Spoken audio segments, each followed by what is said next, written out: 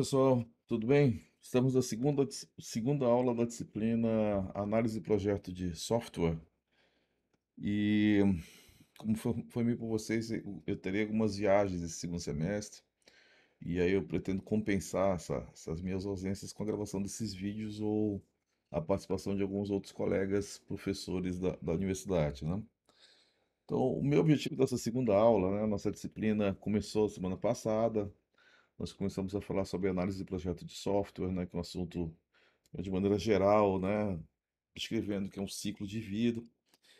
Hoje eu quero falar para vocês um pouco sobre modelagem, né? E modelagem ela está associada a uma linguagem que é a chamada linguagem OML, que a gente trata de vários aspectos, né, de software com essa linguagem.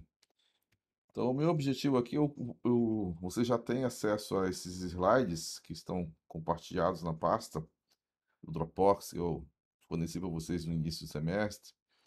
E aqui, meu objetivo é tratar de alguns elementos principais aqui dessa notação ML. Em primeiro lugar, eu penso que vocês todos já conhecem a notação ML, ela é bastante conhecida, ela é muito parecida também em alguns aspectos com outras notações.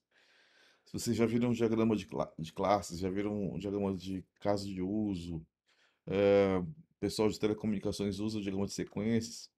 Então, existe uma semelhança da OML e seus diagramas com uma série de outros diagramas que já são usados por aí, né? Ela absorveu e contribuiu elementos para serem utilizados em outros contextos.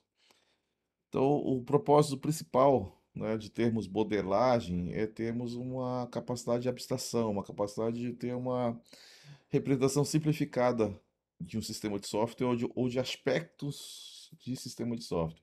Um sistema de software é normalmente muito complexo, né? Então, se a gente for examinar a listagem de código-fonte, etc., a gente vai ficar soterrado, né, com muita documentação, muito detalhamento técnico. Então, destacar aqui para vocês alguns itens.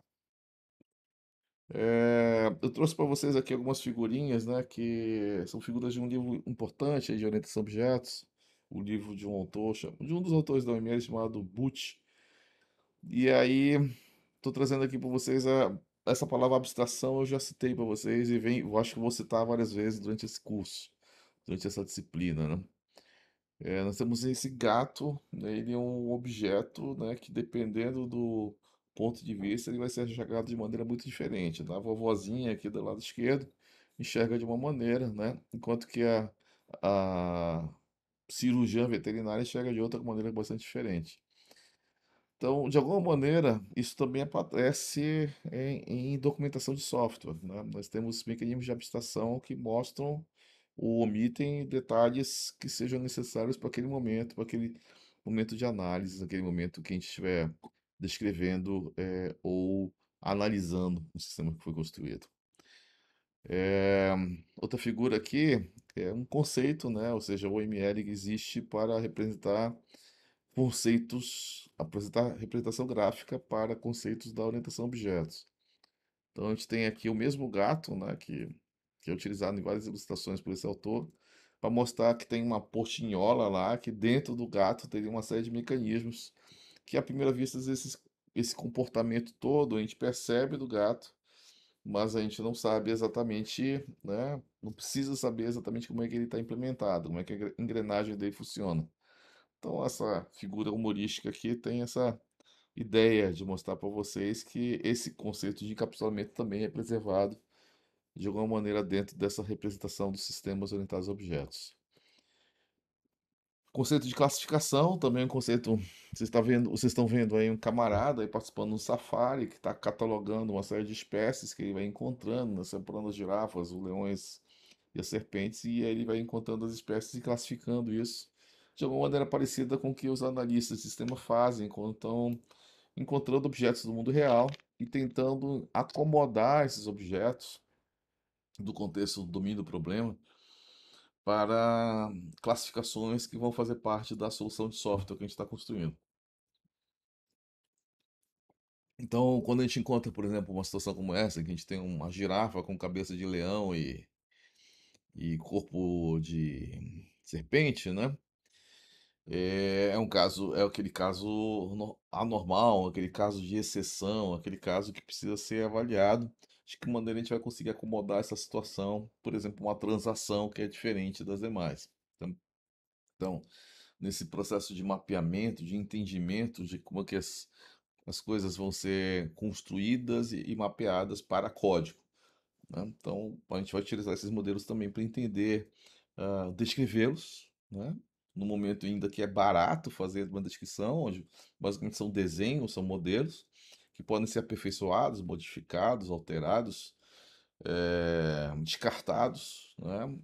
Enquanto é barato fazer a substituição. À medida que eu já tenho código feito, isso se torna tudo cada vez mais caro. Eu queria trazer também para vocês essa a ideia, né, que orientação a objetos essencialmente tem como modelo semântico associado, né, que dá significado para ela. A teoria dos conjuntos, pelo menos a visão estática, a visão da estrutura dos sistemas orientados a objetos, é definida pela teoria dos conjuntos.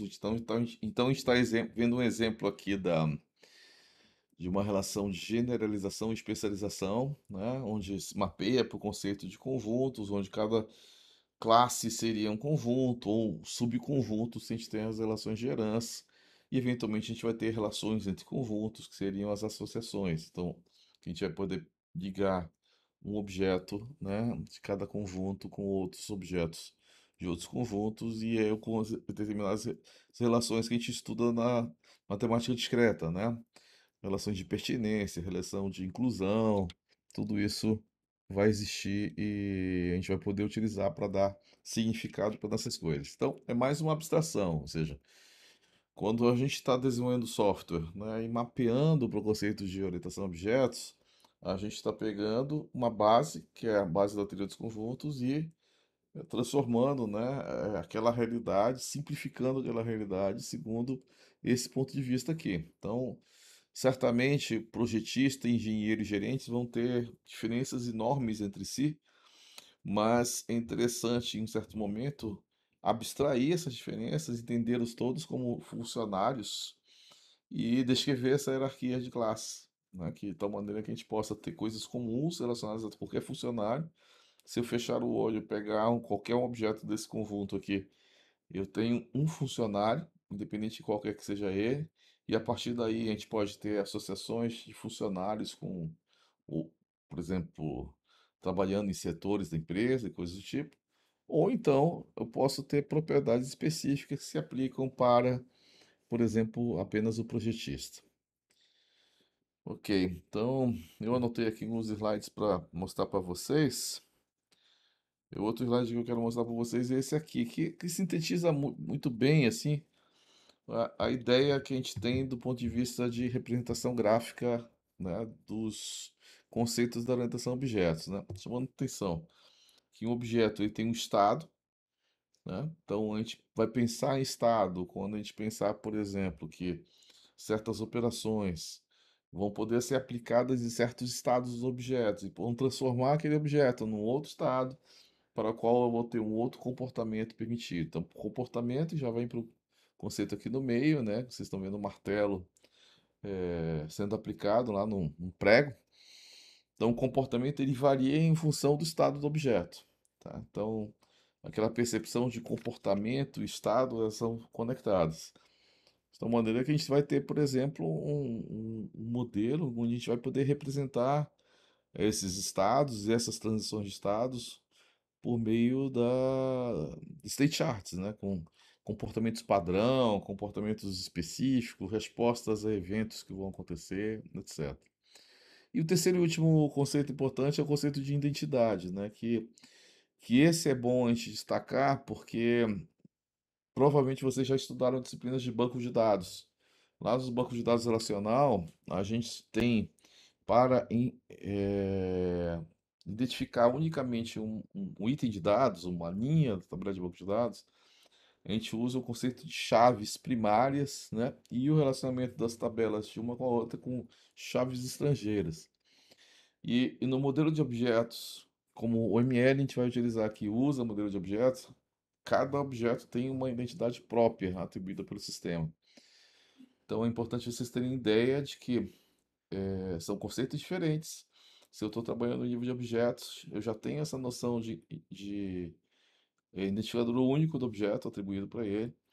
E quando eu faço o mapeamento para o modelo relacional, aí que sim eu posso eventualmente ter a necessidade de criar esses atributos adicionais que têm o papel de chave primária, tá? Vamos lá. Então, deixa eu verificar aqui o que que eu separei para mostrar para vocês a partir do slide 33. Então, vamos lá. Ah, esse é um elemento interessante. Antes de mostrar do slide 33, é importante entender o seguinte, né? Nosso nome da disciplina é Análise e Projeto de Software, tá? A gente está falando aqui de orientação a objetos, mas esse discurso pode ser aplicado para qualquer contexto hoje em dia. Antigamente, até os anos 2000, havia uma separação muito rígida, muito clara entre o que que era análise e o que que era projeto. Análise basicamente dedicada ao mundo dos requisitos, descrevendo o problema, né, tendo já um esboço de uma solução, e o projeto, onde a gente pega aquele problema e começa a pensar numa solução de fato, já pensando em aspectos de implementação e coisas do tipo. Então, esses slides que eu tenho aqui em seguida, eles retratam essa ideia dessa separação bem com compartimentos bem definidos. Então, eu teria, por exemplo, a análise orientada a objetos. De uma maneira clássica, eu sairia de um problema e começaria a modelar esse problema na forma de um conjunto de objetos e relacionamentos entre esses objetos. E o projeto, né, que como eu falei para vocês na aula passada, aqui a palavra projeto é a palavra design, né, daquela tradução palavra em inglês. Nós temos aquelas duas palavras, a palavra project e a palavra design, que ambas são traduzidas para projeto em português. Aqui é o design, tá?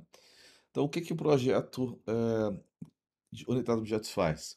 Eu pego esse modelo conceitual que foi produzido, né, pela análise e incorporo uma série de outros detalhes de implementação, como a conexão com o banco de dados, conexão com a linguagem de programação, trato dos aspectos de performance, escalabilidade, interoperabilidade com outros sistemas, etc.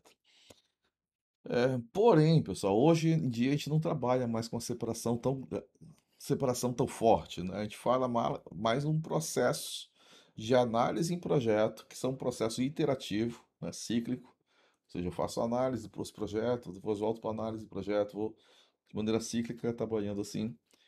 E essa separação acabou fazendo, essa integração acabou até influenciando a forma pela qual a gente está fazendo esse trabalho. Então, hoje em dia, quando a gente fala em análise orientada a objetos, normalmente a gente não vai pensar em construir, opa, em produzir algo com esses conceitos aqui de classes e objetos. Então, normalmente a gente vai trabalhar com um nível mais acima, um nível não tão detalhado, por exemplo, o nível de casos de uso. Com um caso de uso, a gente consegue descrever ou cenários ou histórias de usuários, dependendo da metodologia que vocês adotarem ou conhecerem, vocês vão encontrar nomes diferentes. Mas os casos de uso, eles vão representar o quê? Cenários em que o usuário vai se beneficiar daquele sistema que está sendo desenvolvido. E aí, a gente deixa para pensar em classes, objetos, relacionamentos, etc. depois, tá? Em outro momento, quando a gente estiver pensando já na algo mais próximo do projeto, tá?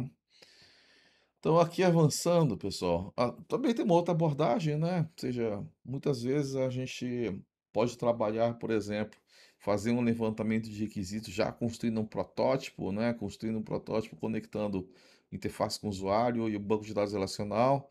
E aí, no meio do caminho, esse projeto vai incorporando aqui uma camada de objetos de negócio e em algum momento vai aparecer aquelas engines, aqueles mecanismos que vão ficar responsáveis por fazer a tradução de objetos de negócio em modelos de banco de dados relacional, né? Que existem para toda linguagem de programação hoje em dia tem algum tipo de mecanismo como esse. Você trabalha com objetos em um contexto e você faz esse mapeamento para banco de dados relacional. Então, eu vou falar um pouco para vocês sobre essa OML, por que que ela surgiu. Por que que a gente está falando na história? Por que que a gente vai falar na história dela? Porque a OML surge num contexto que se busca resolver um problema, né? E qual era o problema? a gente tinha, num certo momento da evolução da engenharia de software, muitas linguagens de programação e muitos modelos gráficos que estavam surgindo na época, né? Então, o início da orientação a objetos, década de 90, década de 80, era C++, era Smalltalk, como linguagens predominantes. E aí começaram a surgir várias notações. As pessoas começaram a perceber, pô, a notação gráfica é legal de se utilizar. Vamos construir modelos. Aí vocês vão ver aqui vários desenhos diferentes aqui mostrados nesses slides, todos eles aqui para representar diagramas de classes. Então, a mesma notação de diagrama de classe pode ser representada por essa nuvem ponteada que está aqui, por esse retângulo, né? As associações que vocês estão vendo, esses símbolos aqui que conectam uma coisa com a outra, também tinham símbolos diferentes, tá? Isso aqui, por exemplo, uma classe era representada por esse autor aqui, com um círculo arredondado, um retângulo com os cantos arredondados, né? Esse aqui era o símbolo de herança, esse aqui é outro símbolo de herança desses outros autores. Enfim, era uma bagunça. Tinha diferentes ferramentas, era tudo muito complicado em termos de estudo, de trabalho, de se você fazia um treinamento. Eu vivenciei essa época, né? Se você fez um treinamento, você estudou por um livro ou adotou uma ferramenta que usasse uma anotação, tinha todo um trabalho de conversão de material para outra anotação, se fosse o caso, tá? Então, essa diversidade precisava acabar, né? A gente precisava ter uma unificação em torno de uma única notação. A gente está falando em representação gráfica. Então, três autores, né, surgiram para liderar esse movimento. Então, Butch, que eu já citei ainda há pouco, aquele das ilustrações lá dos gatinhos, lá do início. Ele era autor desse livro aqui, de análise de projeto orientado a objetos. Ele criou uma empresa, tá? Começou a explorar comercialmente esse trabalho feito por ele nesse livro. Depois a gente teve um camarada aqui, Jacobson, né, que lá na Europa ele criou o conceito de caso de uso, né? Então, criou uma abordagem de desenvolvimento de software usando caso de uso, aquela ideia de que, opa, não vamos pensar primeiro em classes de objetos, vamos pensar numa coisa intermediária antes. Então, esse senhor que criou esse conceito, né, que ele é representado graficamente aqui pela capa do livro, né, uma elipse descrevendo um cenário de utilização, né? E ele também criou um processo, na época chamado de Objectory, que direciona todo o desenvolvimento de software a partir desses casos de uso que ele encontrava. E aí esse Rambo, que era um outro camarada da Europa, né, que tinha experiência com notações que eram usadas naquela época e construiu uma linguagem gráfica tentando preservar as notações que já eram utilizadas naquela época. Então, e tinha esse livro aqui, que depois foi traduzido para português, com esse título aqui, Modelagem e Projetos Baseados em Objetos. Então, esses três autores se uniram, criaram uma empresa, criaram a OML, a OML evolui com uma linguagem, assim como existe uma linguagem de programação, a OML hoje é um padrão, OMG, existe um grupo de indústria, né, que define padrões para objetos, então a OML é um padrão nesse sentido, né? E vários autores, ó, vocês pegam aqui os três autores principais, e vários autores importantes que existiam na época se uniram, trouxeram contribuições para o ML, né? Então, Harel trouxe State Charts, a turma dos padrões de projeto vieram juntos, ah, pré e pós-condições do Maier vieram aqui, então acabaram reforçando esse trabalho unificado que foi criado naquele contexto, tá? Então, o que que é o OML? O que que é a UML, né? Uma linguagem de modelagem unificada que é de fato uma linguagem visual. Então, às vezes se surge, a linguagem de programação é visual. A linguagem for visual é se você constrói o teu sistema com gráficos, com figuras, tá? Então, essa basicamente. Se você constrói textualmente, então ela não é visual. Ela pode ter uma interface bonita, etc., mas a ideia principal de ser uma linguagem visual é que os símbolos que você representa, que você utiliza, são gráficos, tá? Então a gente tem uma representação gráfica, né, na OML para os elementos essenciais do paradigma de objetos, né?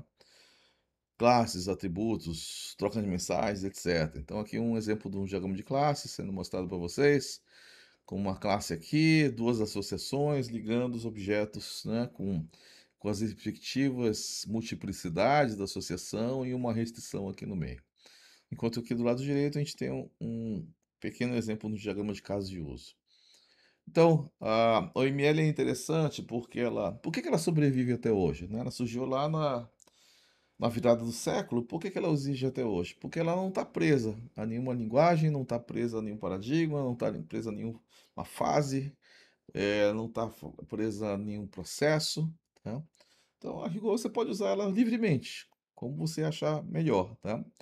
E aí se amadureceu, né? Ou seja, o próprio pessoal de métodos ágeis no começo dizendo, olha, não, a ML não serve para nada.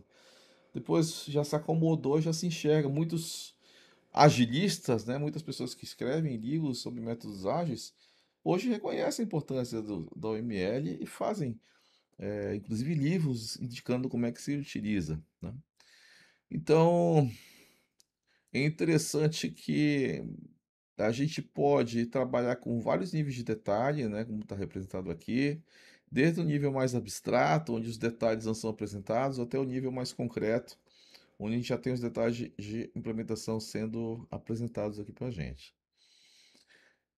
Ela não está presa, né, como eu falei para vocês, a nenhuma linguagem de programação, isto é, quando a gente tem uma representação gráfica como essa que está aqui, ela pode ser mapeada segundo o entendimento do programador que estiver utilizando a linguagem naquele momento, né? Vai entender que a implementação daquela classe, daquele símbolo gráfico ali, vai ser dessa forma, como vocês observam, por exemplo, essa associação habilita, que ele decidiu que ele vai implementar criando um vector, por exemplo, para conectar um objeto com o outro. É um padrão OMG, né? Vocês vão poder encontrar nesse site vários documentos associados ao OML, como sumário, semântica, guia de notação. Tem algumas extensões da linguagem que também estão definidas aí dentro, como, por exemplo, a extensão para representar bancos de dados relacionais. Então, ela tem uma extensão, tem um profile que serve para representar bancos de dados relacionais. E aí, talvez essa parte aqui seja a parte mais interessante, mais importante dessa aula de hoje, pessoal. Ah, todo diagrama que vocês encontrarem de engenharia de software, eles vão representar uma visão simplificada de um software. Tá? A gente não consegue ter, esse diagrama mostra completamente como é que é um software. Não, não existe isso. Que é completamente só se você estiver na frente do computador, no IDE, procurando a linha de código, etc. Por quê? Porque vocês têm misturado dentro do teu código várias coisas, como estrutura de dados, estrutura de decisão, sincronização de eventos, né? Localização física, onde as coisas estão rodando, etc. Então, a OML foi construída com um objetivo principal. Um daqueles autores que a gente citou ainda há pouco, ele dizia que tinha três aspectos fundamentais na descrição de um software. Tá? Esse é o elemento importante. Um aspecto, o aspecto de dados, também conhecido como aspecto de estrutura, onde a gente ia descrever, a gente consegue descrever quais são os dados que são manipulados, né? Como é que é o relacionamento desses dados. Um diagrama entidade de relacionamento faz isso, por exemplo. Quais são as operações que o software vai poder desempenhar, quais são as funções que ele desempenha, eventualmente como é que essas funções se decompõem em outras funções. E um terceiro aspecto importante é a questão dos eventos, o efeito do tempo, da questão da sincronização de eventos e ações dentro do sistema. Então, todo diagrama que vocês encontrarem vai representar pelo menos um desses aspectos. Tá? Então, um diagrama de classes representa, por exemplo, os dados e as operações, mas ele não representa os eventos. Tá? Se a gente pegar um diagrama de sequência, vocês vão ver lá dados, operações e tempo, de alguma maneira, misturados no contexto de um cenário de utilização do software. Então, esta é a abordagem principal, tá? Essas três perspectivas são as principais. Com o passar do tempo, surgiram outras perspectivas, como, por exemplo, o aspecto de deploy, o aspecto de implantação física, onde funciona cada coisa, tá? Também é importante, principalmente no contexto de sistemas de rede, sistemas cliente-servidor, sistemas da internet, ok? Então, de um processo, aquele processo de análise que a gente viu ainda há pouco, aquele processo de análise, de entender o problema, fazer entrevistas, etc. Quando você tem uma descrição conceitual do sistema, essencialmente essa descrição conceitual ele vai quebrar o sistema em três pedaços principais. as funções que se espera fazer no sistema, os dados que o sistema vai manipular e os eventos que vão ser tratados. Então, esse cubo que vocês estão vendo, né, uma representação simplificada. Então, imagine que lá dentro desse cubo tem uma imagem, tá? Uma imagem tridimensional, que dependendo da face do cubo que você está olhando, você está observando uma face, tá? E essa face se complementa, dá uma visão simplificada do todo, que é só quando a gente está com o objeto completo na nossa mão. Então, a mesma coisa é software, né? Quando a gente está analisando o código, varrendo o programa feito numa linguagem, depois varre para um outro trecho feito em SQL, depois vai ver como é que é o esquema de banco de dados, aí depois vai a parte de interface com o usuário. Você está vendo várias coisas separadas, é como se fosse aquele cubo, né? Completo, não o cubo não, o conteúdo do cubo, né? Aquela estrutura interna lá. E aí, para simplificar, a gente trabalha de maneira abstrata, trabalha com simplificações. E quando a gente for fazer projeto, for fazer o design de software, o que acontece? A gente vai incorporar outros aspectos, além desses aspectos fundamentais, né, que estão colocados aqui, eventos, funções e dados. A gente vai incorporar aspectos de segurança, aspectos da plataforma de software que a gente está utilizando, requisitos adicionais de escala, tempo, né, interoperabilidade, entre outras coisas. Então, novamente, numa descrição baseada em compartimentos, assim, ó, teria análise, eu teria como resultado isso aqui, tá? Aí o projeto teria um marco, né? Teria um marco, terminaria o projeto, análise e tal. Aí a gente passaria para o projeto, e aí o projeto iria incorporar mais detalhes. Porém, hoje, essas duas coisas são juntas, tá? Então a gente faz normalmente um pouco de análise, faz um pouco de projeto, depois volta para análise, vai para o projeto, faz algumas iterações até que a gente consegue encontrar o que é. O pessoal de business chama lá de mínimo produto viável. Ok, conseguimos encontrar um produto que seja viável, que faça sentido para o contexto do business do cliente. Ok, então vamos participar da implementação, projeto de casos de teste, etc. e tal, todo esse processo de desenvolvimento. Esta visão de separação de análise e projeto hoje não faz tanto sentido como já fez outrora. Outrora, a gente usava notações específicas para análise e outras notações diferentes para projeto. Hoje não. A gente tem basicamente o mesmo arsenal de ferramentas gráficas disponíveis nos dois contextos. Ok? Então, avançando aqui, pessoal, a gente vai falar um pouquinho sobre ferramentas para o ML. Então, alguém pode perguntar, por que que eu vou precisar de uma ferramenta? Eu não posso pegar simplesmente papel e caneta? Eu não posso pegar simplesmente o Microsoft Visio, né? Pegar o Microsoft Visio e fazer lá uns desenhos, PowerPoint mesmo aqui, eu posso fazer desenhos. De fato, alguns slides das minhas aulas são feitos com PowerPoint. Poderia e pode, você pode utilizar o que você quiser, né, em termos de modelagem. Porém, quando você usa uma ferramenta específica de OML, você tem algumas vantagens específicas, vantagens significativas, que são elas aqui. Primeiro, comentando para vocês sobre a anatomia das ferramentas, tá? Ferramentas de OML normalmente têm essa anatomia gráfica, né? A gente tem uma parte aqui em cima com os ícones, com as ações principais que o usuário pode fazer. Deixa eu trocar de cor aqui para ficar um pouquinho mais destacado. Depois a gente tem uma árvore que se mostra a estrutura dos elementos gráficos que a gente está colocando. São casos de uso, são atores, são classes, são componentes, são pastas. As coisas estão colocadas ali dentro. Tem uma área onde aparece o diagrama propriamente dito, que está sendo editado, tá? E temos uma área de propriedades, onde a gente tem o detalhamento de alguma coisa que foi selecionada. Mas vamos ver ao vivo. Esta ferramenta Asta é a ferramenta que eu uso, tá?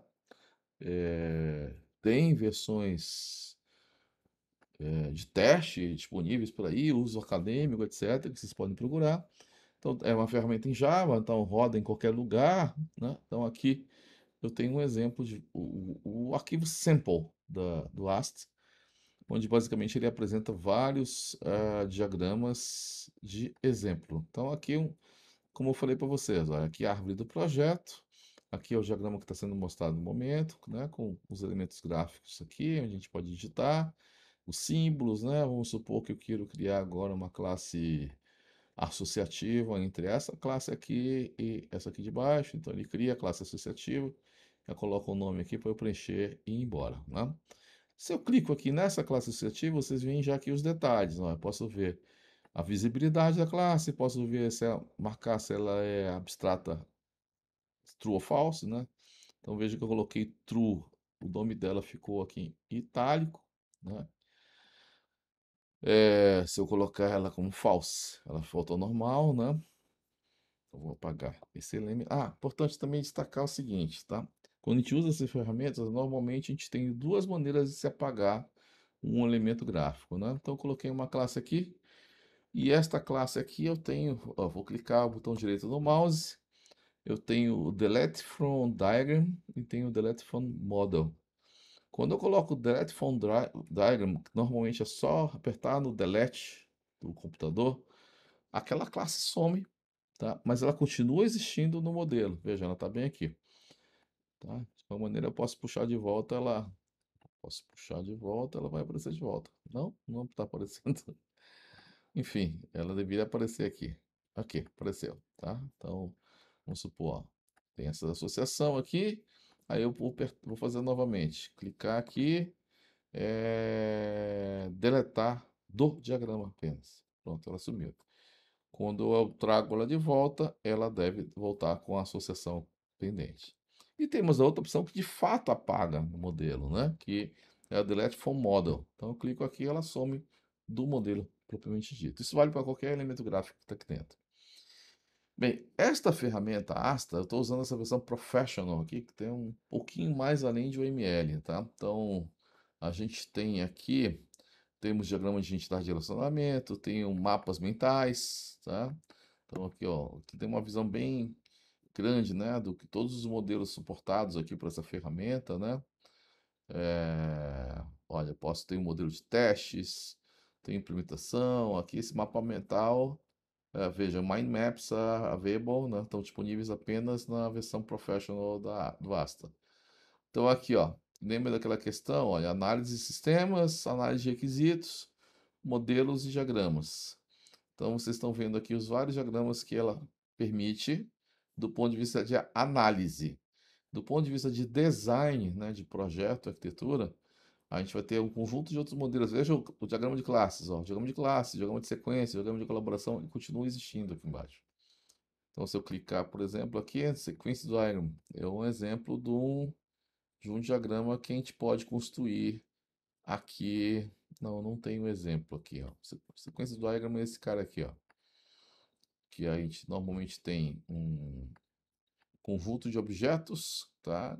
Conectados, representados através das suas linhas de vida, onde te indica que existem mensagens que fluem de um objeto para outro para atender uma certa demanda.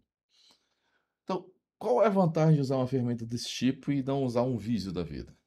Porque, principalmente, essa ferramenta tem capacidade de gerar algum tipo de código. Então, vocês estão vendo aqui, olha, nessa versão ela tem compatibilidade para importar ou exportar em Java, C Sharp e C++, tá?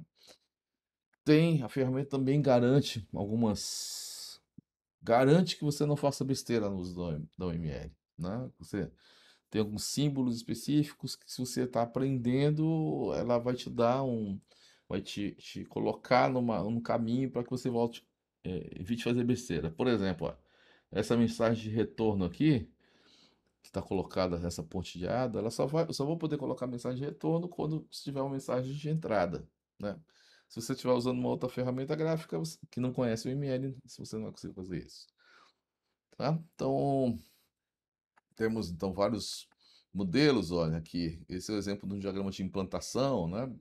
Colorido, por que colorido? O ML normalmente ela é preto e branco, tá? O uso de cores é uma coisa que é permitido, tá? Você pode dar o seu significado para cores, pode destacar alguma coisa para descrever o que vai ser tratado para uma iteração do projeto, para descrever uma parte do sistema, etc, né? Então, estamos aqui uma, um diagrama fazendo uso de cores, né? Vamos ver aqui, diagrama de estrutura composta. Aqui um outro exemplo de um diagrama onde a gente consegue ver interfaces, né? Portas de comunicação. etc. Então a gente está vendo aqui um exemplo de uma porta, né, sendo construída, porta P, aqui de comunicação entre dois componentes. Temos aqui algumas coisas a mais, além de OML, tá, nessa ferramenta, como, por exemplo, uma tabela de requisitos, como também um diagrama de requisitos, que é basicamente um diagrama de classes, onde a gente vai usar algumas dependências e alguns estereótipos, que são esses tipos que nós conhecemos, para descrever esses elementos adicionais, tá? Então, pessoal, tem várias ferramentas desse tipo. Eu estou mostrando o exemplo de uma ferramenta específica. É, o que que vai... Olha, essa aqui é um exemplo de uma outra ferramenta, Visual Paradigm, que é uma ferramenta que, se eu não me engano, só existe para Windows. Eu tenho essa Enterprise Architect também, eu acho que só existe para Windows, né? Mostrando aqui um diagrama de atividades, né? Com o fluxo, né? Sendo descrito. E o que que difere uma ferramenta da outra? Custo, disponibilidade, né? Tem muita coisa hoje que funciona na nuvem, outras coisas que funcionam em aplicativos que se instalam no computador. Usabilidade, exigência de hardware, se permite utilizar todo o processo ou usa de maneira isolada a anotação. Se roda na sua máquina, então, por exemplo, para mim, aqui como eu estou usando no Mac, ah, é interessante ter ferramentas que funcionam em Java ou tenha nativo para Mac, porque senão eu tenho que usar aqui uma máquina virtual Windows para rodar. Se integra ou não com algum IDE ou com o seu IDE favorito. Então, as empresas, quando escolhem essas ferramentas, elas têm normalmente alguns requisitos desse tipo para poder optar, tá? Então, a ideia a gente vai fazer as avaliações, os exercícios que a gente for fazer com o ML, eu vou sempre exigir que vocês façam alguma ferramenta com ML específica, tá? Não pode ser utilizado nenhuma ferramenta de edição livre de diagramas, tá? E aí depois a gente vai começar a ver nas próximas aulas as notações existentes, tá? Então, temos algumas anotações, casos de uso, vai ser uma anotação que a gente vai ver, provavelmente bem conhecida por vocês, a gente deve liquidá-la em uma aula, provavelmente. Ver algumas outras anotações que vão servir de base para que vocês possam entender outros conceitos que vêm lá para frente, como, por exemplo, o assunto padrões de projetos. Ok, pessoal? Obrigado pela atenção de vocês para esse vídeo. Estou encerrando a gravação aqui, esse material vai estar disponível. E a gente deve estar disponível na próxima aula, em sala de aula, para tirar dúvidas de vocês. Ok? Obrigado.